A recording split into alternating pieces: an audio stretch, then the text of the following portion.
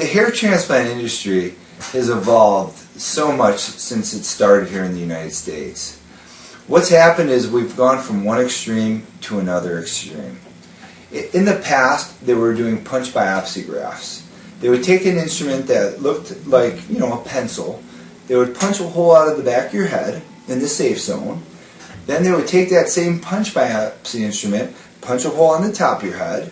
They would take that 15 to 25 hair graft and they would plug it in. That's where we got the term plugs from.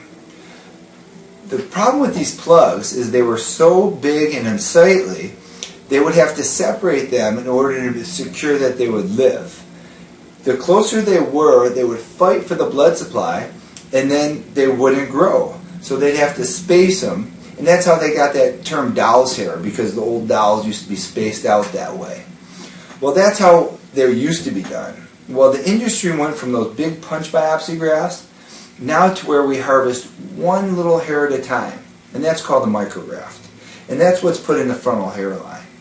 The micrograft is used now by every hair transplant doctor. The other thing that's being used is what's called a follicular unit. A follicular unit is a naturally occurring bundle of hairs that we all have. The average follicular unit might have anywhere between 2 to 4 hairs in it. The hair transplant industry average will use the equation 2.5 hairs per follicular unit for your hair count. So now what mostly every hair transplant doctor will do is what's called a follicular unit hair transplant. The disadvantage of using micrografts, one hair grafts, and follicular units solely is you cannot achieve density. How much density are you going to get if I put a 1 hair or 2 hair graft in the center of your head? You'll have very limited density with that. When I do a hair transplant, I 100% use 1 hair grafts in that frontal hairline to make sure that the hairline looks super soft and super natural. Once I get behind that hairline, I'll use the follicular units, that naturally occurring bundle of hair.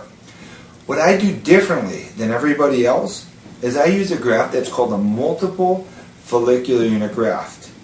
This should not be confused with plugs because it is not a plug.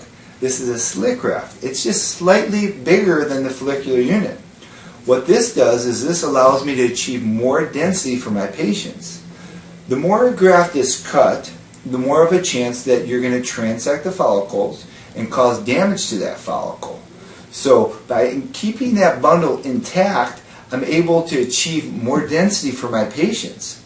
This is back behind the hairline, so it's completely undetectable, completely natural looking because it's blended in with other little tiny follicular units all the way around it.